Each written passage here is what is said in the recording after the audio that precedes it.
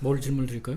네, 대현TV 시청자 여러분, 네, 반갑습니다. 자, 오늘, 지난주에 이어서, 네, 임마누엘 패스툴라이시 박사님, 네, 우리나라 이름으로는 이만열 박사님이십니다. 하버드, 언어학 박사, 문화. 네, 언어문화학 박사 학위를 네. 받으셨고, 더군다나 또 예일대에서 또, 예, 중어 중문 관련된 또, 학부도 나오셨고, 굉장히 뛰어나신 분이고, 올해 미국 대선에도 명함을 내밀어서 대선에 뭐 이렇게 출사표를 던졌던 분이시기도 합니다. 물론 뭐, 유의미한 득표는 없었던 걸로 알고 있는데요. 자, 어쨌든, 오늘도 임마누엘 모시고 미국 관련된 미국 부정선거 그리고 트럼프가 진짜 다시 기사회생해서 바이든 지금 당선인으로 불리는데 바이든을 물리치고 트럼프 2기 정부 재선에 성공할 수 있을지 뭐 이런 부분들에 대해서 좀 얘기를 나눠보겠고 그리고 이제 미국 사회를 바라보는 조금 아카데믹한 시각들에 좀 접근을 해보겠습니다. 이를테면 미국 정치 지형이 삼국지처럼 돼 있다 이렇게 이제 네. 세 가지 지형으로 구성되어 있다는 네. 부분 그리고 또 하나는 미국 사회가 이게 좌와 우가 혼재되어 있는 이를테면 사이코 민주주의가 지금 횡행하고 있다는 부분 이런 부분들까지 여러분들과 한번 얘기를 나눠보겠습니다. 우선은 장프로님이 개인적으로 좀 궁금한 이번 대선 관련된 이 추이에 대해서 좀 우리 임마누엘 박사님한테 좀 질문 하나 하시면 어떨까요? 근데 뭐 누구나 다 제일 관심사가 이거잖아요. 그러니까 한국 같은 경우는 아시다시피 이 승복이라고 하는 게 굉장히 중요한 매우 중요하죠. 중요한 거거든요. 네네. 뭐 미국처럼 이제 뭐 선거 자체가 이제 복잡한 시스템보다 단순한 시스템이긴 한데, 근데 그 승복이라고 하는 게 이제 개인의 문제가 아니라 후보자 개인의 문제가 아니라 정치 세력의 문제거든요. 사실은. 그렇죠. 네네. 그러니까 승복하지 않으면 그 정치 세력은 미래에 앞으로 다가올 어떤 정치 일정이라든가 선거에서 상대적으로 국민들로부터 굉장히 좀 비판받죠. 비판을 받고 네. 국민들로부터 안 좋은 인상을 심기 때문에 그렇죠. 승복하지 않는 문화가 당내 경선도 마찬가지고 이제 선거도 마찬가지인데, 근데 미국이 이제 예전에 부시랑 고랑 했을 때도 약간 이제 그런 이제 이게 있긴 했지만 네네. 이번에는 아주 극단적으로 이렇게 현상이 벌어지는 것 같아요. 한국 사람들이 이제 이해할 수 없는 문화 중에 하나예요. 이해할 수 없죠. 예. 네. 저렇게 이제 그것도 현직 대통령이 어떤 절차와 이런 것들을 굉장히 국민들의 뭐 다수 그러니까 메이저 여론의 비판과 네. 한쪽의 그 비판을 받으면서도 이렇게 끌고 나간다? 그러니까 한국으로서는 상상하기 어려운 일인데 그것이 미국 문화 속에서는 어떤 의미를 갖는지 저것이 그럼 지속 가능한지 트럼프는 결국은 저것을 통해서 본인 스스로가 이걸 갖다가 현재 나타난 현상을 뒤집어 엎을 수 있다고 확신하는 건지 이제 그런 게 좀 궁금한 거예요. 사실 대한민국 국민들이 보기에는. 네. 첫 번째 중요한 점은 트럼프하고 트럼프 지지하는 세력은 공화당입니다. 공화당이 원래는 트럼프를 거부했어요. 처음부터. 그다음에 그분이 네네. 후보자를 아무도 원하지 않았어요. 그리고 전통적인 뭐 부시나 맥케인 그 당시에 맥케인, 지금의 네, McConnell이나 그 핵심 그런 공화당 정치인들 저당 이제 원래 코어 그룹들. 어쩔 수 없이 그 트럼프하고 같이 협력하고 있지만은 네. 원래는 전혀 좋아하지 않았어요.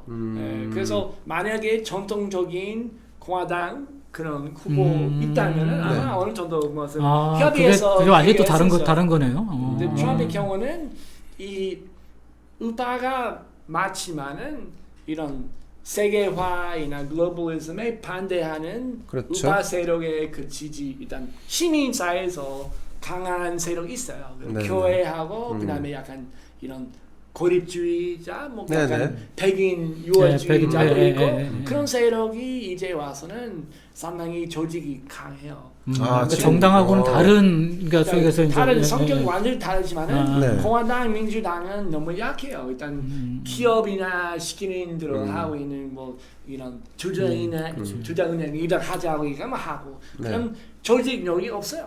그래서 매우 약해요. 그러니까 자본에 휘둘리는 네. 거는 공화당이든 민주당이든 똑같다는 거죠. 상당히 비슷하죠. 예. 차이점 그래서 제가 이런 예. 상급시라는 아, 게 예, 예. 있습니다. 맞습니다. 그래서 네. 그런 또 다른 이제 접근 방식이 가능하구나. 네. 그분이 충분히 가능하다고 생각했죠. 자, 뭐 조금 더 말씀을 나눠보면 그 네. 지난 주말에 미국 워싱턴 D.C.에서 그 부정선거를 바로잡자, 트럼프를 지지한다 이렇게 거리를 가득 메운 시위가 있었습니다. 집회가 네. 있었는데 네, 네. 이 집회에 나온 사람들은 그러면 전통적인 공화당 당원들이 아니네요. 트럼프를 그냥 아니죠. 지지하는 사람들이죠. 네, 뭐 그런 하나하나 확인해야죠. 물론, 어떤 네, 네. 누구한테 어떤 지원 받고 어떤 목적을 하고 있는지 사실 저도 신문 읽고 가도 예. 몰라요. 네. 분명히 공화당 아닙니다. 공화당 아니고 네. 트럼프 그런 지지하는 세력이 있어요. 하나 뭐두 일단 약간 이중적인 하나는 예. 몇 명만 상당히 부자들은 옛날부터 지지하는 게 있고 예. 그 다음에는 이런 약간 보수적인 고립주의자, 백인 우월주의자 그런 네. 게 있고, 근데 제 보기에는 이번 선거에서는 지난번과 다르게 이렇게 이른바 그 딥스테이트나 이런 근산 복합제, 그 다음에는 이런 심각하게 부정이 부패가 많은 정치 제도에서 반감을 갖고 있는 미국 사람이 공화당 그 다음에 그런 우파 그런 세력뿐만 아니고 일반 시민 사회에서도 있었고 네네. 우리는 이번 선거는 누가 어떻게 기뻐하는지 알 수 없다고 생각합니다. 자, 제가 네, 그때 알 수 그 없다. 마가 행진할 때 네. 거기 나온 사람들 인터뷰 중에 제가 인상 깊게 들었던 것 중에 하나가 지금 말씀하시니까 생각나는 게 뭐냐면 그 여자분인데 나는 트럼프가 이렇게 가서 트럼프가 질 수도 있다고 생각한다. 근데 중요한 거는 미국이 다시 제대로 서는 길로 가는 거를 바로 잡고 싶다. 네, 그것이 내가 여기 나온 이유다. 이렇게 얘기를 하더라고요. 예. 그분은 뭐 그 공화당 그런 건 아닌가 봐. 그렇죠. 그러니까 지금 말씀하신 알죠. 이만희 박사님 말씀하신 것처럼 이제 그런 부분들이 그 속에서 그 인터뷰 속에서도 곳곳에서 묻어나더라고요. 그러니까 미국 사회도 그 우리랑 똑같은 게 기성 정치에 대한 터부, 불신 이게 굉장히 팽배하거든요. 그래서 이제 사실은 트럼프가 저는 뭐 그럼에도 불구하고 이거를 과연 역전시켜서 진짜 대통령의 재선이 될지에 대해서는 좀 의문인데 아까 장프로님 말씀하신 대로 조지아주 같은 경우는 지금 누가 이겼는지 트럼프나 바이든은 누가 이겼는지 미시간이요. 결정을 미루기로 했다는 그러니까 거죠? 결과를 받아들이지 않기로 했어요. 결과를 거절해 버린 거예요. 그런 이제 소위 해서 이제 그 인증되지 않으니까 이렇게 서명이나 이런 것들을 확인하지 않는 투표라든가 몇 가지 이유로 가지고 그다음에 이제 무더기로 해서 이제 카운팅이 안 돼, 언카운팅 된 표라든가 이런 걸 이유로 해가지고 받아들이지 않기로 결정을 그러면 해버렸어요. 임마누엘 박사님은 그렇게 되면 미시간주 미시간주 같은 경우는 그러면 주의회에서 혹은 주지사가 선거인단을 인위적으로 자기가 그냥 원하는 바대로 선정할 수 있나요? 뭐 헌법에서는 이런 상세한 설명이 없어요. 일단 투표하고 그런 표수의 반영에서는 이런 대표 단위니까 그런 임명시켜야 돼요. 근데 그런 어떤 식으로 하는지에 대해서는 쓰지 않고 그다음에 실제로는 약간 과거에 한 240년 전에 옛날 제도 있어요. 확실하지 않습니다. 일단 법적으로는 지사는 어느 정도는 결정권이 있는 것 같아요. 주지사가. 근데 그는 결국은 문제 된다면은 마지막 대법원, Supreme Court 가서는 그렇게 해석해야 돼요. 그런 경우에서는 우리 뭐 공화당도 강할지는 몰라요. 자, 그러니까 그럼 그 투 트랙이 있더라고요. 보니까 연방 대법원에서 가가지고 그러니까 선거 과정 속에서 나타났던 문제들을 해서 이 선거 자체를 무효화할 수도 있고, 선거 어느 특정한 지역에 대해서 아니면 이제 일부에 대해서 무효화할 수도 있고, 이건 이제 연방 대법원에서 이제 하는 건데, 근데 주 연방법원 이제 주법원에서도 이제 그런 비슷한 결정을 내리는데 본질은 뭐냐면 주 입법부, 주의회. 그러니까 저희 연방헌법에는 주의회에서 선거인단을 뽑는 과정이라든가 선거인단을 어떻게 할 것이라는 거는 주의회가 주로 이제 그 키를 잡고 있더라고요. 보니까. 근데 이제 말씀하신 것처럼 그게 주마다 틀려가지고 주 헌법에는 주지사한테도 그 권한이 있는 게 있더라고요. 주지사한테도. 주지사한테도. 그래서 이제 이게 두 가지 명단이 올라올 수 있다라는 걸 하고 결국 그렇게 올라오면 결국은 그러니까 저 연방의회에서 결정하는 방식으로 가게 될 거라고 계속 예전에 말씀하셨지만 주마다 한 표씩 하는 방식으로 예, 하원에서 실시할 그러면 거. 네.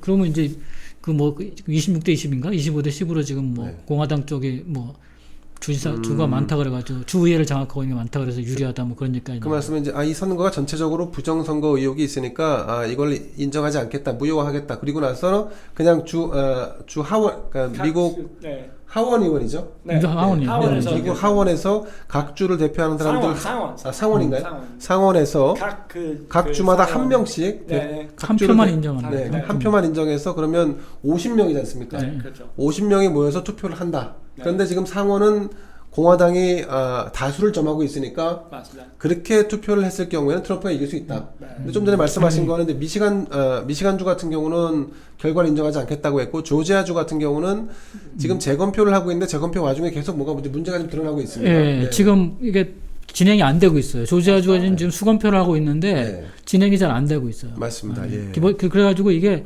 결국은 이제 제가 그 주말 내내 좀 들었던 그 외국 방송이라는 걸 보면 가장 핵심적으로 얘기하는 게 뭐냐면 그 12월 8일까지 선거인단이 구성이 안 되는 게 트럼프의 전략이 아니냐. 네. 그 12월 8일까지 선거인단이 구성이 안 되면 그때부터 모든 게 시작이다. 새로 시작이다. 그때부터.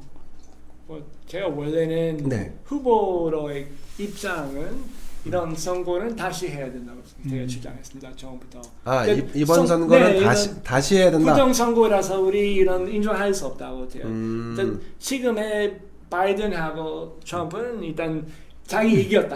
이런 다시 해야 된다고 네, 얘기하지 않습니다. 그렇죠. 그리고 양쪽을 사실 믿기 힘들어. 공화당이나 민주당이 양쪽이 충분히 부정 선거할 그런 그런 소지가 다분하다. 네. 충분히 가능해요. 양쪽 다. 그러면 임마누엘처럼 네. 이번 선거는 부정이 없었다라고 말하기 어려우니까 네.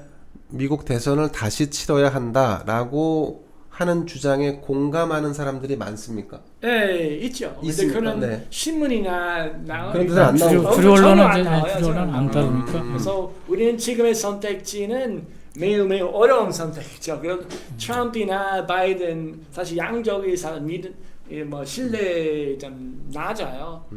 아니 근데 지금 네. 아시겠지만 바이든은 선거인단을 306명 네. 확보했다고 하고 트럼프는 232명을 네. 확보했다라고 해서 발표되는 거는 그거는 그냥 신뢰할 수 있는 수치인가요? 아니면은 그것도 아니죠. 조차도 신뢰할 수 없다. 네, 신뢰할 수 없죠. 신뢰할 수 없다. 없다고. 근데 네. 그 양쪽도 좀 자원이 다르죠. 공화당의 경우는 지방에서는 뭐 그런 흑인이나 강한 지역에서 쉽게 투표 못하는 것을 하게 되는 것은 투표 기계도 없고 네. 아니면은 여러 가지 부정 활동이 있었어요. 근데 민주당은 마지막에 펜실베이니아하고 그 조지아나 그 서지라는 갑자기 표에 오라는 것이 있어요. 네. 그런 몰표가 나오는. 약간 이런 통계적으로 좀 믿기 힘든 부분이 있었고 그런 그냥 의심이 갖고 있는 이런 공화당뿐만 아니고 네네. 전문가 있어요. 그래서 제 보기에는 모르죠. 저는 모르고 우리 과학적으로 양쪽도 조사해야 되고 이런 선거 자체는 문제 있다. 근데 당장에 저게 이제 조지아주가 재검표 들어갔고 미시간주가 네. 일단 결과를 지금 현 시점에서 승인하지 않았기 유보하겠다. 때문에 네. 306이라는 숫자는 유지가 안 되는 거죠. 유지가 안 되는 거네요. 그게 지금 한 270 이하로 270 정도로 떨어지는 거죠. 두 군데 빼버리면. 그렇죠. 조지아하고 미시간 하면 한 30개 정도 빠지니까 네. 한 270 정도로 좀 떨어지는 거는 맞는 것 같습니다. 네. 자, 그런 상원. 자 오늘 임마누엘한테 좀 우리가 좀 들어봐야 할 중요한 이슈 중에 하나가 그 트럼프 현상은 어쨌든 미국 정치의 이른바 미국 정치 삼국지의 결과로 만들어진 네. 것이다. 네. 그래서 이제 그럼 미국 정치의 삼국지라는 게 뭐냐? 네. 첫 번째는 이제 임마누엘이 보기에도 그렇고 미국 사회에서도 지금 이런 노조를 많이 하고 있죠. 첫 번째는 글로벌리스트. 네. 그다음 또 하나는 혁명 좌파. 네. 또 하나는 혁명 우파. 맞습니다. 이런 세 개의 그 정치 집단, 정치 어떤 성향이 맞물리면서 네. 트럼프라고 하는 대통령이 4년 전에 태동을 했다. 네. 이런 거지 않습니까? 맞습니다. 그럼 여기서 이 삼국지 지형, 글로벌리스트, 뭐 혁명 좌파, 혁명 우파, 요걸 좀 설명을 좀 해주시죠. 네. 미국 사회 정치를 좀 이해하기 위해서. 뭐 사실 한국 정치하고 약간 관계도 있어요. 예. 우리 항상 진보 보수라는 두 시기를 갖고 생각하고 그렇죠. 있지만은 네. 사실은 이 시민들이나 의식이나 이데올로기 그렇지 않습니다. 하나는 글로벌리스트 이렇게 국제 금융 중심으로 하는 대기업이나 그런 네. 이런 뭐 뉴욕이나 워싱턴에서 많은 활동하는 자본가들. 자본 네. 자본주의 표현은 안 좋았지만은 그 국제 금융 중심으로 그렇죠. 운영하는 금융경제, 시스템이죠. 예. 근데 그쪽은 사실은 우파인지 좌파인지 사실 그쵸, 이데올로기가 그거, 없습니다. 예. 그렇게 그 이런 큰 뭐 골먼삭스나 그만 사람은 뭐 그런 무슨 뭐 게이나 동성을 예, 그렇죠. 좋아하고 있는 사람이 있고 그다음에 이런 여러 가지 다문화도 좋아하고 그다음에 근데 똑같이 그 보수적인 사람도 있어요. 그 안에서. 그래서 네. 양쪽 있을 수 있어요. 양쪽하고 또 저 손을 잡을 수 있어요. 같이 할 수 있어요. 예. 그런 그 다음에는 이 반세계화, 반 그 글로벌리즘의 그런 우파, 네. 뭐 교회 중심으로 이런 금융이나 대기업도 싫어하고, 또 우리 고리주의, 미국 first, America first이라는 그런 주장 있는 세력이 있고, 지방에서 특히 시골에서는 교회 중심으로 하는 많은 활동하는 그 세력이 있어요. 그러니까 저소득층, 저학력의 백인들. 또 많죠. 근데 네. 교육 그 높은 사람들이 있어요. 있습니까? 다 무시하지 않습니다. 그런 바로 민주당의 그 자각입니다. 그런 이 사람이 약간 바보 같은 교육 못 받은 백인 직업을 많이 있고 무시하는 약간 경시하는 건 많아서 저도 싫어요. 그렇게. 근데 또 세 번째는 그 좌파이죠. 그런 글로벌리즘 반대하고 있고 이런 뭐 기후 변화 문제에도 관심이 많고 이런 평화이나 전쟁을 반대하는 민주당이 무조건 아프간이나 이란이나 다 거의 무조건 지지해 와서 미국의 해외. 그렇죠, 맞습니다. 해외 뭐 전쟁이라든가 이런 거에 대해서. 그래서 이 색이 있고 가끔은 그 반세계화의 그런 우파 좌파의 그런 협력도 있고, 그다음에 별도로 그 글로벌리스트하고 그런 반세계인의 그런 우파 좌파하고 교류이나 협력이 있을 수 있고, 그 계속 왔다 하니까 그래서 그런 복잡한 구조를 그냥 단순하게 그런 보수 진보로 이런 나눌 수 없다. 나눌 수 없다고 그런 식입니다. 자, 조금 제가 이제 설명을 좀 드리면, 미국 정치 지형 삼국지의 첫 번째 섹터는 글로벌리스트. 이를테면 이제 쉽게 표현하면 힐러리 클린턴 같은 사람들입니다. 그냥 바이든도 그렇고 자본을 신봉하는 사람들. 뭐 그 사람들 크게 이념에 좌지우지하지 않고 어떻게 하면 더 큰 자본을 더 크게 장악할까 이런 거에 관심이 많고, 좌파들 뭐 이를테면 버니 샌더스 같은 이런 좌파들은 좀 혁명적인 좌파. 어떻게 하면 평등한 거, 뭐 친환경, 뭐 기후 변화, 뭐 이런 전쟁이 없는 사회 이런 걸 추구하는 사람들이고, 혁명 우파 뭐 여기는 이제 트럼프 같은 사람들이 이제 해당될 텐데 자국 우선주의, 그다음에 거대한 어떤 그 제도적 부패가 좀 우리가 좀 청산해야 된다 이런 것도 있고. 그렇죠. 정치적인 음모론을 주로 펴는 이런 사이드죠. 근데 지금 이렇게 세 개의 지형이 맞붙어서 싸우고 있는데, 여기는 지금 미국 사회는 좌파는 없네요. 우리 좌파가 원래 좌파 우파라는 발상 자체에 상당히 문제 있다고 생각합니다. 여러 의미에서. 예를 들면은 아까 제가 반세계화 그 우파들은 차라리 이런 계급 문제를 많이 그런 지적해요. 계급 계층 이런 몇 명만 대부자들은 우리의 음모론을 갖고 우리 기득권층에 대한 민주당 버니 샌더스보다는 훨씬 강력한 그런 비판이에요. 그래서 제 보기에는 많은 시민들은 이런 두 배 많은 정치를 보면은 버니 샌더스하고 트럼프 보면은 차라리 트럼프에 참 납득력 있는 사람이 그런 생각하는 사람이 있을 겁니다. 왜냐면 트럼프가 더 뭐 예를 들면 가장 대표적인 사례는 트럼프 대통령은 미국의 해외 전쟁, 네. 중동을 중심으로 지난 20년 동안은 다 실패. 네. 그다음에 처음부터 이런 정책이 잘못했다고 대통령으로 연설했어요. 그리고 버니 샌더스 같은 이른바 좌파는 그런 얘기 한 번도 안 했어. 버니 샌더스가 오히려 그런 얘기를 안 하네요. 왜? 안 해요. 왜냐면 민주당하고 일적하고 있어요. 그 자기 감옥 아니죠. 그런 네. 이런 많은 투자은행이나 기업에서는 돈 받고 있는 민주당 안에서는 버니 샌더스 자기 얘기할 발언해요. 근데 그런 발언에 대해서 상당히 한계 있고, 네. 좀 더 극단적으로 하려고 하는 사람이 다 벌써 폐지됐어요. 버니 샌더스 중도이죠. 그 좌파 아닌가? 아, 버니 샌더스가 네. 오히려 네. 뭐. 트럼프만도 못하고요. 네. 그런 선명성에서는 그래서 트럼프도 마찬가지 예. 옛날 그 선거했을 때는 미싱 가서는 이런 공장 가서는 우리는 해외 이런 자동차 이런 뭐라고 그 수입 우리 금지하겠다. 네. 그런 식으로 얘기했어요. 그 노동자한테. 예. 대단한 인기 있었어요. 민주당 그 후보자는 절대 얘기할 수 없어요. 그다음에 그렇죠. 왜냐면은 트럼프는 자기 베이스는 공화당 아닙니다. 일단 공화당의 그런 뭐라고 그 옷을 입고 있지만은 네. 실제로는 힘의 그런 핵심은 네. 이런 고립주의, 반세계화의 우파 안에 있고 그 조직의 힘이 있어. 미국 우선주의. 네. 아메리카 퍼스트요. 그래 공화당 절대 아닙니다.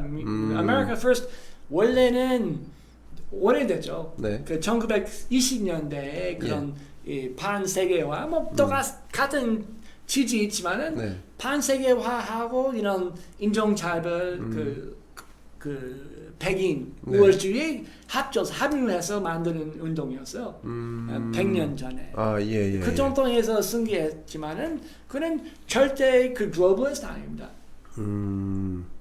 자, 그러면 이 트럼프를 지지하는 저거는 우파라고 볼 수도 없네요. 어떻게 보면은 새로운 그 트럼피즘이네요. 트럼피즘. 우파 그렇죠. 좀 애매한 표현. 트럼피즘이라고 표현을 쓰죠. 그렇게 트럼피즘 썼어요. 표현을 쓰죠.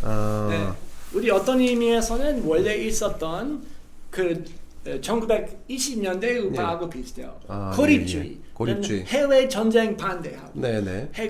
해외 국제 금융 그런 간섭이나 반대하고 네. 그다음에는 지방을 중심으로 건전한 사회 만들고 교회나 기독교 중심으로 하면 좋겠다고 생각하는 사람입니다. 근데 그거는 어떤 의미에서 공화당이 원래 우리 익숙한 공화당이 합작입니다. 하나는 이런 보수적인 교회나 그런 정신하고 있고 하나는 대기업입니다. 근데 그런 성격이 같이 공화당을 지난 60년 동안 했지만은 네. 원래는 안 맞아요. 약간 기름하고 물하고 비슷한 물과 기름. 네. 그러니까 교회 원리주의 교회를 따르는 어떤 그런 어떤 그 성향. 네. 근데 대기업의 지원을 받고 지지를 받는 이 부분이 안 맞는다는 거죠. 안 맞아요. 네. 아니 그럼 공화당은 그러면 대기업을 비판적으로 바라보는 게 맞습니까? 요즘은 우리 사실 큰 평화 있었어요. 예를 들면은 기업의 그런 비판이나 옛날 거기 CNN, Fox News, 우파 다 기업으로 알고 있었지만은 요즘 방송 보면 차라리 Fox News는 좀 정확하게 비판은 많고 CNN은 막연하게 기업 이런 대변인이 돼버렸어. 좌파 성향의 언론, 그러니까 기득권 언론들이 주로 기업을 대변하는데 혈안이 돼 있군요. 그래서 거의 반대돼 버렸어. 반대로 많은 이런 비판 우리 원래 우파로 생각해도 그런 보수적인 언론 생각했던 것은 지금 뉴욕 타임스 뉴욕 타임스 대표적인 약간 그 이런 진보적인 언론 알고 있어. 실제로 성격은 다르지만은 지금은 반대됐어요. 그 뉴욕 타임스의 경우는 큰 문제에 대해서는 해외 이런 전쟁 이란하고 러시아 문제나 그다음에는 그 코로나에 대해서는 무조건 이런 기업이나 일단 따라하고 있어요. 근데 차라리 Fox News이나 제3자 의견이 조금 그 나와요. 차라리. 자, 이제 좀 전에 말씀하신 대로 지금 그렇게 이제 미국 사회가 이렇게 좌냐 우냐로 이렇게 양분하기는 좀 어려운 것 같고 오히려 네. 좌와 우가 혼재돼 있는 혼합 맞습니다. 짬뽕돼 있는 이제 그런 식의 정치 구조. 그게 이제 이를테면 이거를 사이코 민주주의라고 부르는 겁니까? 뭐 너무나 사실 네. 너무 정신 없습니다. 우리는 예. 이렇게 시민을 위해서 뭐 하겠다고 생각하는 정신이 이제 없어요.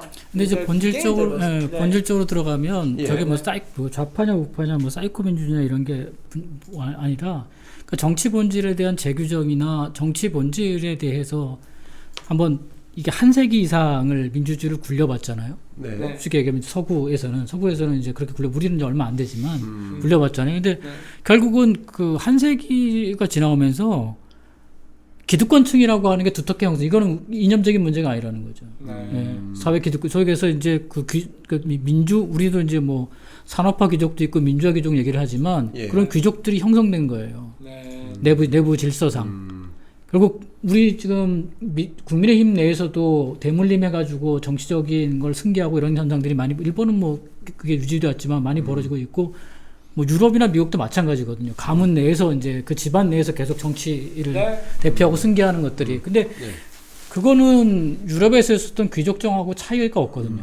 쉽게 말하면 귀족원이 있었던 내하고 차이가 없거든요. 결국은 사람들이 이제 정보화 시대가 되면서 그런 부분들에 대한 것들이 많이 노출되고 많이 알아보려 나가는 거죠. 사회 기득권, 우리가 민주주의라는 걸 하고 있는데 이 민주주의가 맞는 건지, 우리가 원래 생각하는 민주주의가 맞는 건지. 한국 사회도 이제 그런 현상이 벌어지고 있다고 보거든요. 그런 현상들이. 아마도 이런 그 가장 큰 위기는 네. 민주주의 자체입니다. 그런 민주주의가 붕괴된 건 아니고 민주주의 자체는 우리한테 도움이 일단 우리 다 하나 무슨 종교처럼 신앙처럼 그렇죠. 믿어왔지만 네, 이제 네. 와서는 좀 한계를 상당히 사람이 보고 있습니다. 민주주의의 한계. 민주주의 자체는 상당히 한계 있다고 뭐 그런 많은 사람이 생각하고 있고 예, 예. 그 다음에는 또 하나의 그런 이런 삼각형이 생각하면은 우리 보수 진보라는 단어 갖고 정치 생각하고 있지만은 그 냉전 이후에 네. 그 전에서는 한국도 그렇고 미국도 그렇고 뭐 유럽도 그렇지만은 보수 진보 혁명 세 가지 있었어 원래는. 보수 진보 혁명. 한국도 그랬어요. 예. 사실 60년대가 예, 뭐 예. 어떤 의미에서 뭐 지금은 북한은 그렇지 않지만 원래는 이 세 가지 있었어요. 근데 제 보기에는 혁명 그런 정치는 다시 돌아왔어요. 그런 혁명 정치가 되살아나고 있다. 그래서 그런 보수는 이런 시스템, 제도이나 문화를 유지하면 좋겠다. 진보는 조금씩 바뀌면 좋겠다. 네네. 혁명은 전체 확 제도 바꿨으면 바꿔야 좋겠다. 바꿔야 네. 된다고. 그 예. 세 가지. 근데 우리는 지난 40년 동안은 우리 혁명이 일단은 무너져서 없어졌어요. 그래서 그런 보수 진보의 양자 대기를 됐지만은 네네. 트럼프는 분명히 혁명적인 그런 정치를 하고 있어요. 그런 면이 있는 거죠. 예. 근데 이런 선거의 전략이 아마 마찬가지입니다. 트럼프 주변 사람의 전략은 이렇게 하는 것은 문제 많고 사실은 다른 식으로 해야 되지만은 자기는 일방적으로 이런 혁명적으로 그런 정권을 유지한다면은 반대하는 세력이 그리 많지 않다. 계산했어. 왜냐면은 바이든 그만큼 권위도 없었고 그만큼 힘도 없고. 네. 네. 그다음에 이런 많은 시민들을 싫어하는 국제 금융이나 대기업하고 일자가 너무 많으니까 누가 민주당이 오히려 그 거대 금융과 네. 대기업과 더 강하게 유착돼 있다는 거죠. 그렇게 많은 시민 그렇게 생각하죠. 아니 그 네. 바뀌었죠. 아니 그 옛날에 철강이라든가 뭐 자동차 했던 네. 그런 제조업 중심의 사회에서 플랫폼하고 금융으로 바뀌었기 때문에 그렇죠. 네. 네. 플랫폼 금융은 말씀하신 대로 민주당 쪽하고 아주 굉장히 밀착돼 있죠. 우리도 마찬가지고. 맞습니다. 예.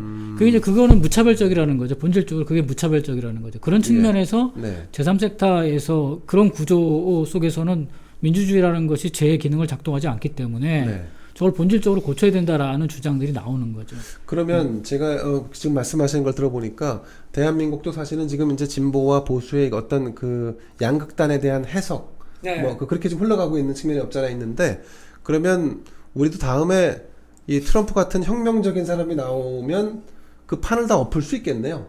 그런 사람 나오잖아요. 충분히 이재명 같은 사람도 이재명. 있고. 네. 충분히 가능하고 그다음에 한국 역사도 마찬가지. 사실 이승만하고 박정희는 네. 원래 사회주의 그런 지지자가 많아서 그런 30년대 그 이승만 그 박사 미국에서 활동했을 때 예. 사회주의 지지자가 많아서 한국 국내에도 그랬어요. 예, 근데 예, 나중에 그렇죠. 예. 돌아왔을 때는 네. 이렇게 이런 친일파하고 일단 협력해서 일단 조금 바뀐 거예요. 1967년 그 사이에서 있었고, 예. 근데 그 전에 사실 그렇지 않았어요.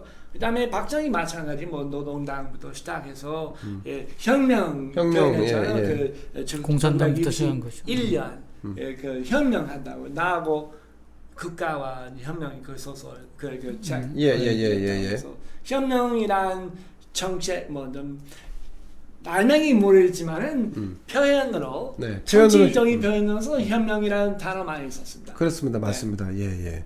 자, 혁명의 시대. 그러니까 이게 어떻게 보면 그러니까 이제 19세기 소위에서 18세기 말에 프랑스 혁명 이후에 거의 한 세기 이상을 이제 혁명의 시대라고 이제 하다가 이제 그리고 이제 1차 세계대전과 2차 세계대전으로 이제 전쟁으로 몰려갔다가 이제 냉전의 시대로 갔다가요. 냉전의 시대로 가서 이제 속에서 좌우파라는 질서로 정립되고 유럽은 이제 사회민주주의로 약간 좀 통합적 개념에서 이제 유지가 되다가 네. 지금 이제 전 세계가 조금 그게 이제 매너리즘에 빠지다 보니까 오래 고이다 보니까 부패하고 뭔가 좀 문제가 많이 발생하게 된 거예요. 근데 그동안은 이제 그게 잘 안 드러나다가 사람들 속에서 이제 이게 소위 디지털 시대가 되면서 이게 이제 근본적으로 이제 사람들이 이제 자기 개인적 어떤 의견을 표출하고 생각들을 얘기하고 공유하는 게 잘 되다 보니까 네네. 이게 이제 분출되는 시대로 다시 도래한 것 같아요. 이게 쉽게 얘기하면. 왜냐면 이제 맞습니다. 우리가 그러니까 출판의 시대가 혁명의 시대를 불렀다면 이 디지털 시대가 또 다른 혁명의 시대를 부르고 있다는 얘기들을 많이 했었거든, 사실은. 예. 한편으로는 그것이 디지털 전체주의로 갈 가능성도 있다고 우려도 많이 했지만 한편으로는 디지털 혁명 시대라고 하는 것도 네. 충분히 예고돼 있었던 거죠. 근데 그게 이제 지금 그 소위 얘기해서 미국과 같이 이제 이제 강대국, 그러니까 제일 잘 나간다는 선진국이나 그다음에 이제 프랑스 같은 경우, 영국 같은 경우 이런 데서 이제 그런 일들이 지금 이제 이미 선발적으로 벌어지고 있는 거거든요. 보리스도 그렇고 뭐 마카롱도 그렇고 다들 제3세계에서 나온 것 같지만 대중들이 뭔가 새로운 정치를 요구하고 기존에 있던 질서를 갖다 뒤집어 엎는 방식으로 지금 표출하고 있기 때문에 그런 측면에서 보면 한국 사회에도 거기서부터 자유롭다고 볼 수는 없겠죠. 흐름상. 그죠. 그런 게 싹 터야 되고 그런 게 가능해야지만 지금 보수 진영이 살아날 수도 있겠다라는 생각이 일감 드는 겁니다. 보수 진영이 살아남는 건 저는 이제 혁명의 시대를 별로 좋아하지는 않는데 그게 네. 혁명이 이제 단기간에 끝나는데 그 와중에 그 와중에 질서가 재편되고 이제 혁명이 벌어지긴 하는데 그 와중에 힘든 건 이제 여전히 어려운 사람이 더 힘들어지니까. 그렇죠. 왜냐면 위에 있는 사람들은 별 그게 없거든요, 사실은. 그러니까 가진 자들, 기득권들은 별로 힘들지 않다. 별로 힘들지 않고 이제 얼굴 이제 뭐 살아남는 거니까. 근데 이제 바뀌면 뭔가 질서가 이제 재편다 그런 것들이 이제 기회를 창출하기 때문에 더 나은 면이 앞으로 이제 나간다는 측면에서 나은 면이 있긴 한데 한편으로는 이제 그 부작용도 만만치 않으니까 지금같이 이제 미국이 저러면 이제 전 세계 자체가 이제 불확정 속에 들어가 버리니까 그러면 그렇죠, 이제 어려운 그렇죠. 나라들은 더 어려워지고 이제 왜냐면 지금 이제 뭐 중동 같은 데서 막 철수해 버리고 네. 막 이제 미국이 만약에 중동이라든가 좀 혼란스러운 지역에서 미국이 개입을 안 해버리면 옛날 같이 이제 뭐 저기 유고슬라비아나 이런 거에 코소보 사태처럼 이렇게 대량 학살극이 벌어진다거나 이런 것들도 가능하거든 사실. 그런 미국이 절사하는 가능성이 충분히 있다고 생각합니다. 그런데 미국이 관여하지 않겠다는 거죠? 그렇죠. 지금은 관여를 안 하겠다는 주의니까요. 이제 그런 부작용도 만만치 않거든요 사실. 아니 근데 뭐 이건 좀 다른 얘기인데 네. 그 트위터로 무슨 뭐 안보국장이라든지 뭐 아니면 CIA 국장이라든지 이런 사람들 사퇴하라, 그만둬라 그렇게 얘기하는 건 좀 너무한 거 아닙니까? 만약에 미국 연방 정부는 그만큼 권위 있다. 그다음에는 이런 정부 역할을 한다면은 저도 반대하죠. 당연히 그렇게 비판하는 것은 이상하죠. 다만은 이런 정부 자체는 이런 민영화된 거 많고 많은 경우는 전부 요구하지 하지 않습니다. 그래서 우리는 그 아마 아까 말씀드렸지만은 트럼프 그 전략은 자기 일방적으로 약간 편법이나 불구하더라도 반대하는 세력은 더 없겠다고 예상했습니다. 그만큼은 그런 부배가 많고 민주당도 부배가 많고 네. 좋아하는 사람이 별로 없습니다. 아니 근데 그렇다고 하더라도 자기가 뭐 국장이든 장관이든 임명한 사람을 트위터에다가 글 몇 자로 해갖고 당신 그만둬 이상하죠. 이렇게. 이상하죠. 네. 당연히 이상하지만은 네. 에스터 그 국방부의 경우는 장관은 그만하고 그는 이런 진보적인 그런 사람조차도 잘했다고 얘기한 사람이 있었어요. 왜냐하면 그 에스터 그런 장관 지금은 그 어디 제너럴 다이내믹스요. 제가 어떤 그런 예. 군산의 대표적인 그런 군사기업, 기업의 군사기업. 그 사장 했어요. 예, 군사기업 완전히 네. 유착하는 사람. 네. 근데 새로운 온 사람이 경험도 없고 누구인지 모르지만은 아마 수많은 미국 사람들은 그 사람보다 낫다고 생각할지 몰라요. 그래서 우리는 트럼프 뭐 어떤 우파 있고 네. 많은 시민도 일어나서 반대하는 기대할지 모르겠지만은 수많은 미국 사람이 자기하고 우리 영어로 그런 I don't have a dog in that fight 이런 싸움에는 강아지 없다. 한국말 뭐라고 표현하니까. 그래서 민주당, 공화당의 이런 싸움에는 우리하고 상관없다. 관련이 없다. 관련 없다. 네. 그런 생각이 그렇게 생각하는 사람이 많고. 그러면은 네. 그 트럼프를 지금 비판하기 위해서 미국에 있는 주류 언론들이 계속 그런 거를 보도하는 거네요. 네. 언론 자체는 네. 똑같이 썩었어요. 일단은 썩었습니까? 이런 네. 진리를 주장하는 건 아니고 네. 그렇게 그렇죠, 기업한테는 돈 받고 그렇죠. 네. 오늘날의 그런 그 주문 받고 하고 있죠. 이런 고래죠. 그렇죠. 뭐 광고하고 뭐 광고의 그래서, 고래죠. 아니 좀 전에 말씀하신 I don't have a dog In this fight. in this fight. In this fight. 아, 이 싸움에서는 제 강아지 들어가지 않다. 나하고 상관없다. 나하고 상관없다. 예. None of my business죠. None of my business. 아, 그래서 예. 옛날에 10년, 20년에 노동자이나 많은 이런 가난한 시민이나 민주당이 자기 편을 생각했지만은 이제 와서는 사실은 좀 막강한. 야, 근데 그래서 참 네. 미국 사회를 참 이해하기 좀 알면 할수록 더 이해하기 어렵네요. 어렵죠. 네. 좀 당연히 민주당의 안에서 열심히 하는 사람도 있고, 있겠죠. 제 뭐 네. 친구도 있고, 네. 제가 아주 존경하는 사람이 있습니다. 근데 전체 보면은 민주당이 좋다고 전 우리 특별히 민주당 위해서 막 희생해서 싸우겠다.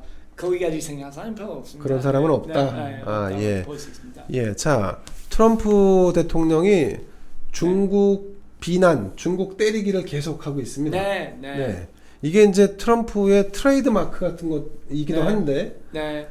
이렇게 계속 때리는 이유가 뭡니까? 네, 뭐 당연히 지금 뭐 공화당 트럼프만이고 네. 민주당까지 그렇게 또 비슷하게 그렇죠. 하고 뭐 예. 바이든 그 트럼프 무슨 친중국이라고 비판조차도 했습니다. 예. 그래서 그럼 이제 와서 처음에는 트럼프 아니고 주변 몇 명 사람 그런 빼는 그런 홍보 이런 언론 전략가가 원래 제안했어요. 네, 예. 그 처음에는 트럼프 그 첫 번째 그 4년 전 선거에서 시작했을 때는 이유 두 가지 있었어요. 하나는 노동자 많은 그렇죠. 사람들 중국에 피해를 입고 피해 있다. 많이 입어서 그들이 좀 이런 호소할 수 있도록 할 수 있고 두 번째는 부시 정권하고 오바마 정권은 한 합쳐서 12년 동안은 이렇게 그 국방부에서는 대규모의 함선이나 그런 탱크나 전투기나 아주 좀 적게 했고 새로운 테러 전쟁이나 정보전이나 그런 쪽에서 많이 돈 냈어요. 그러니까 나는 그 정치 전략의 하나는 이렇게 부시 정권하고 오바마 정권이 무시했던 큰 산 업체, 네, 이런 네. 큰 항모이나 그런 탱키나 전투기 만든 곳은 네, 비행기. 네. 그쪽에서 대표에서는 중국과의 그 싸움의 강조해서 아니 그러니까 군수 산업 업체들이 그러니까 네. 네. 뭐죠? 그러니까 군사 관련된 무기를 생산하는 업체들이 네. 기존에 무시를 당해 왔다가 이제 이 트럼프 정부 들어와서는 지금 중국과의 견제를 명분으로 해서 네. 군수 산업을 더 키워야 된다. 그런 뭐 항모이나 엄청난 돈이 들어갔으니 그쪽은 다시 할 수 있다. 항공모함. 근데 네. 그런 부시 정권의 그 쿠웨이트 이후는 네. 이런 테러전이나 그다음에 정보전이나 이런 게 큰 예산 나오지 않은 것만 얘기해서 911 이후에는 근데 중국하고 싸운다면은 상상에서는 이런 거 다시 이제 전투기 만들고 큰 뭐 배 것을 만들고 하고 엄청난 네. 예산이 받을 수 있고 그래서 불만이 그 부시 정권하고 오바마 정권의 그런 예산이 있어서 네, 네. 대단한 불만 있는 업체하고는 이런 도움 받았어요. 트럼프가요? 트럼프 네 맞습니다. 네. 군산 그러니까 네. 무기를 제조하는 네. 그런 좀 약간 올드한 하지만 그 올드 규모가 스타일이죠. 네, 규모가 큰 네. 뭐 락히드 마틴도 있을 네, 수 있고 그 뭐 보잉도 있을 보잉도 수 있고, 있고 네. 뭐 많죠. 그 군산 것도 있지만 이제 중국이 세계의 공장이라 그래가지고 엄청나게 많이 이제 미국에서도 이제 저기 제조 공장이라 이런 것들을 다 중국을 기지로 삼았으니까 그렇죠. 그걸 그렇죠. 이제 백업하기 백으로 이제 돌리기 위한 이제 그런 수단도 있었던 거예요. 그래서 우방 국가들도 많이 빼고 때리고 했던 네. 이유 중에 하나도 네. 저기 중국으로부터 이제 제조 공장들을 보고 중국에 투자하려는 거를 미국으로 돌리게 하고 했던 네. 그런 것들을 4년 내내 해온 거죠, 사실 트럼프가. 자, 한 가지 더 눈에 띄는 대목은 네. 전 세계의 그 많은 나라들이 네. 많은 국가에서 바이든 당선인을 축하하는 메시지를 냈어요. 네. 근데 중국은 안 냈더라고요. 안 했습니다. 네. 중국은 어떤 생각을 가지고 있는 거죠? 뭐 저도 모르죠. 예, 예. 모르지만은 예. 추측할 수 있어요. 첫 번째는 예. 이 미국하고의 이렇게 기존의 그 권력 제도에서는 중국이 토로하지 않습니다. 자기한테는 그리 친하지 않았어. 예. 그래서 그 독일이나 프랑스, 영국이 있다면은 많은 이런 정치인이나 뭐 학자이나 언론이 옛날부터 그 관계에 있고 이런 극단적으로 약간 협력적인 주장하는 트럼프하고는 인연이 없어요. 자기한테는 바이든 되면 좋겠다. 그 다음에는 당연히 친구를 위해서 해야 된다고 생각하죠. 중국 입장에서는? 중국의 입장은 자기 no dog in this fight.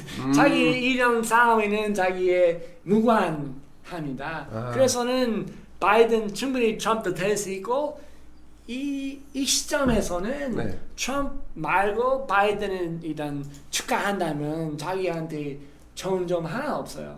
근데 반대로 네. 마지막 트럼프 된다면은 그냥 침묵시킨다면은 자기한테 유리하다고 그냥 침묵을 하면은 네. 자기한테 유리하다고 판단했을지 몰라요. 아마 북한도 마찬가지 아닌가? 북한도 표현을 안 했죠. 예. 뭐 러시아 어떠세요? 바이든은 러시아도 표현 안 했죠. 예. 네. 근데 지금 동북아 자체가 지금 표현 안 하고 있어요. 한국만 동북아 한국하고 일본만 지금 네, 표현을 하고 있는 거네요. 네. 아니죠. 일본도 아이스가 총리가 그건 했죠. 예. 했어요. 축하 메시지는 보냈죠. 네, 축하 메시지는 보냈죠. 예. 자, 이렇게 이제 얘기가 좀 흘러왔는데, 우리 임마누엘 박사가 이제 이 동북아 관련된 연구를 많이 했습니다. 그런데 문재인 정권이 미국과 중국을 대하는 태도가 네. 그 옛날 조선시대의 어떤 향수 때문이다 이런 말씀 네, 많이 생각했습니다. 좀 설명을 좀 해주시죠. 네, 뭐 우리 지금 여러분들 아시겠지만 문재인 정부는 친중국 성향이 강하고 미국하고는 지금 사이가 이렇게 썩 이렇게 좋다고 보기 좀 어렵습니다. 예, 과거에 비해서는. 뭐 문재인 정권에 상당히 고립됐습니다. 뭐 중국하고 우파 쪽에서 많이 그렇게 해요. 중국하고 친하다고 중국하고 어떤 가입했다고 얘기는 저는 그렇게 생각하지 않습니다. 중국하고도 친하지 않고 미국하고 친하지 않아요. 상당히 고립된 정권됐습니다. 그걸 이제 우리 한국식으로 얘기하면 왕따라고 하는데. 왕당, 왕따. 그래서 예. 완벽한 네. 왕당입니다. 그래서 네. 좀 하기 힘든 정도까지 고립됐습니다. 아, 네. 그래서 제가 이런 역사 보면은 네. 특히 한국 사람이 미국에 대한 뭐 향수이나 그런 태도이나 어떤 의미에서는 옛날에 그런 명나라에 대한 태도하고 비슷합니다. 명나라. 명나라에서 그렇죠. 아. 임시회담 때는 뭐 6.25와 비슷하게 아, 그렇죠. 똑같죠. 일본이 그 공격했을 때는 명나라는 뭐 동맹 네, 그래서 네, 네. 그 같이 싸우고 네. 많은 그냥 한국 사람들 명나라 엄청난 정경의 대상되고 네. 명나라 뭐 문화 뭐 제도 정책이나 외교안보 면에서 다 무조건 받아들였어요. 하지만은 그 16세기 들어와서는 명나라 국내 심각한 부배하고 정치 갈등도 많았고 임시회담 때는 많은 이런 사대부 뭐 군인이나 네네. 한국 왔다가 다시 북경 갈 수 없었어요. 아. 국내 문제 때문에. 그렇군요. 네. 근데 문제는 한국 사람들은 그 당시에서 명나라 향수여서 생각이 너무 강해서 이념이 강해서는 제대로 그런 평화는 잘 파악 못했어요. 아, 그다음에 네. 마지막에서 명나라 망해서 청나라 됐을 때는 이른바 서충화 네. 그런 이런 위대한 명나라 전통을 우리가 가져갔다, 그래서 잊고 있다. 그런 결과적으로는 극단적인 고립주의 됐고 이런 중국에서 일단 관계는 끝났죠. 그래서 그런 예. 인정할 수 없다. 그 다음에는 우리 앞으로 18세기부터 실학 이런 전통이 시작했어요. 예. 실학은 뭐 다산정약경이나 뭐 연안 박지원 제가 옛날 조금 연구했지만은 연안 박지원도 연구를 번역했습니다. 네. 그래서 그런 신학의 그런 전통 그런 사상은 중국에 대해서는 우리는 제대로 주체성을 갖고 실용주의. 네. 그래서 우리는 반대해서 중국의 좋은 기술, 좋은 정책, 좋은 습관이 있다면 받아들여서 배울 수 있고 좋지 않은 것이 있다면 우리 거부할 수 있다. 그런 판단해야 된다고 그 입장이었어요. 예. 근데 그런 우리 당연하다고 생각하지만은 그 당시 그렇지 않았어요. 수많은 한국 그 학자들은 17, 18세기에서는 다 사대주의였죠. 청나라를 인정 안 하고, 인정 안 하고. 우리 일단은 어쩔 수 없이 교류하고 있지만은 우리 좋은 청나라의 기술이나 정책이 배우지 않았어. 그렇죠. 네, 청나라 오랑캐니까. 네. 그럼 맞습니다. 지금 오늘날 문재인 정권이 마치 그 명청대의 그 상황과 비슷하다 이런 아주 말씀. 비슷합니다. 그래서 이런 의미에서는 한국도 신라 그런 전통 정신이 필요해요. 미국에 대해서는 그래서 중국에 대해서도 그렇고 미국에 좋은 이런 정책이 있다면, 좋은 기술이 있다면, 좋은 교육이 있다면 뭐 당연히 환영하고, 또 미국에 좋지 않은 문제점이 있다면 우리 충분히 판단해서 이런 거부할 수 있는 그런 힘이나 그런 그렇죠. 관찰력이 필요해요. 네, 아주 좋은 말씀이신데 이게 이제 야구할 때 말이죠. 네. 이게 선구안이라 그러는데 스트라이크 존에 딱 들어오는 볼이 들어올 때 이게 좋은 공이잖아요. 네. 이걸 딱 캐치할 수 있는 능력이 있어야 되는데. 근데 문재인 정부는 미국에서 뭐가 좋은지, 중국에서 뭐가 좋은지, 뭐 예를 들면 미국에서 또 뭐가 나쁜 것인지 그런 거를 구분할 수 있는 선구안 그런 능력이 없는 것 같아요. 네, 뭐 아마 그게 선구안의 문제가 아니라 그러니까 공을 안 보고 사람을 보는 거죠. 투수가 나쁘면 그 투수는 상대하지 않는 거죠. 투수가 나쁘면 볼도 안 좋을 것이다. 투수를 그냥 판단하는 거죠. 저 사람이 좋은 사람이 나쁜 사람을 자기 기준 잣대로 판단하는 거죠. 그러니까 게임에 임했는데 투수가 나쁘다고 타자가 나가버린 거야. 나 안 친다. 그거 똑같은 거죠. 아마도 그 국제사회에서는 안 통하는 거죠. 가장 대표적인 인물은 뭐 문정인 교수입니다. 연세대 문정인 교수요. 네. 그분이 일단 문정권의 뭐 외교 어떤 선생님 외교나 자기 뭐 네. 대전능 말 수 없는 것을 표현하고 있죠. 네. 상당히 비판적인 느낌이 있을 수 있지만은 근데 실제로 문정인 교수는 옛날부터 미국파이죠. 뭐 그 미국의 좀 스탠퍼드 하버드 그 교수 친구 많고 그런 객관적으로 냉정하게 미국을 보는 사람은 아닙니다. 객관적으로 미국을 바라보는 사람이 아니다. 절대 아닙니다. 네. 그래서 자기 미국과 교수이나 정치인하고 유대 관계는 우선입니다. 그러니까 유대 관계는 좋은데. 네, 그런 미국이나 나라는 우리는 좀 제대로 다시 이런 파악해야 된다고 그런 주장하지 않습니다. 그래서 약간 비판적이지만은 거기도 많이 유착돼 있는 거죠. 그런 유착이 많아요. 근데 그거는 바로 그 명나라 말기에 그 조선하고 비슷해요. 아니, 많은 문정인 교수가 네. 미국 주류 사회와 많이 유착돼 있다. 네. 그래서 옳고 그름에 대해서 제대로 발언하지 않는다. 맞습니다. 옳고 그름의 문제라기보다 현상 자체를 왜곡시키는 거죠. 왜냐하면 미국에 지금까지 계속 우리가 미국 사회를 지금 얘기하고 있는 것 중에 하나가 미국 사회에 지금 고정되어 있는 고인물들이 많다라는 거죠. 네. 문정이라는 사람은 그 숲에서 놀고 있는 거고 그러면 새로운 흐름들을 못 보게 되는 거죠. 그러면 계속 기득권층의 이해관계하고 맞닿아 있고 그 사람들의 이해관계하고 같이 놀아나는 거는 거죠. 기득권 안에서는 어느 정도는 약간 그런 진보라고 표현 뭐 인정되는 사람이 만날 수 있지만은 아까 제가 말씀드린 이런 혁명적인 우파이나 좌파는 몰라요. 만난 적 없고 항상 뭐 하버드, 뭐 워싱턴, 스탠퍼드만 다니고 있어요. 근데 그런 문정인 교수님은 제가 많은 도움 받았고 그분 특별히 뭐 나쁘게 얘기할 생각 없습니다. 대표 그런 수많은 사람은 그래요. 제가 옛날에 한국 2005년부터 2007년까지는 한국 대사관에서 잠깐 그런 컨설팅 자문했어요. 그때 많은 정치인이나 교수나 만나서 똑같은 사람이 만나요. 그래서 그는 이런 글로벌리스트죠. 글로벌 사회에서 뭐 우파 좌파 좀 있지만은 이런 혁명적인 우파이나 혁명적인 좌파는 아마 만난 적 없어요.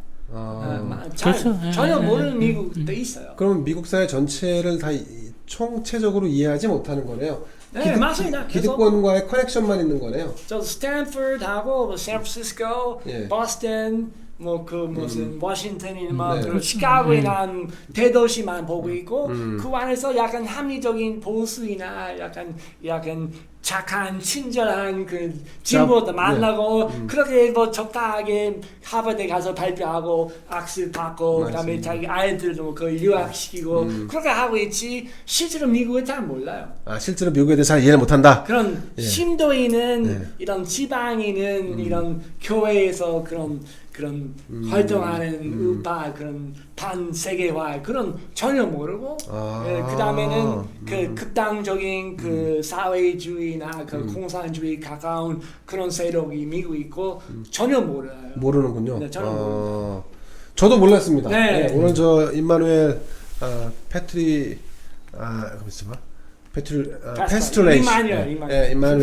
임마누엘 박사님 덕분에 미국에 대한 새로운 이해를 좀 했습니다. 앞으로도 저희 그 미국 사회에 대한 기존과는 좀 다른 관점, 좀 우리가 이제 미국 아까 이제 늘 우리 이제 임마누엘 박사님이 하시는 말씀 중에 미국을 이해하는 방식이 오직 뭐 CNN, 뭐 뉴욕 타임스 그렇게만 볼 게 아니다. 네. 다양한 관점에서 접근을 좀 해야 한다. 그래서 오늘도 이렇게 미국 정치의 삼국지라든가 이런 거를 좀 다뤄봤습니다. 여러분들에게 조금 더 미국을 이해하는 데 도움이 좀 됐으면 좋겠고요. 오늘 함께 해주신 우리 저 임마누엘 박사님께 감사의 말씀을 드리겠습니다. 고맙습니다. 다음 주에도 우리 임마누엘 박사님과 함께 미국에 대한 이해를 하겠고 다음 주엔 여러분 조금 더 아카데믹하게 한번 들어가 보겠습니다. 우리 저 임마누엘 박사님이 공부를 많이 하신 분이시라서 조금 더 아카데믹하게 한번 사안을 좀 다뤄보도록 하겠습니다. 자, 여러분 감사합니다. 고맙습니다. 고맙습니다. 감사합니다.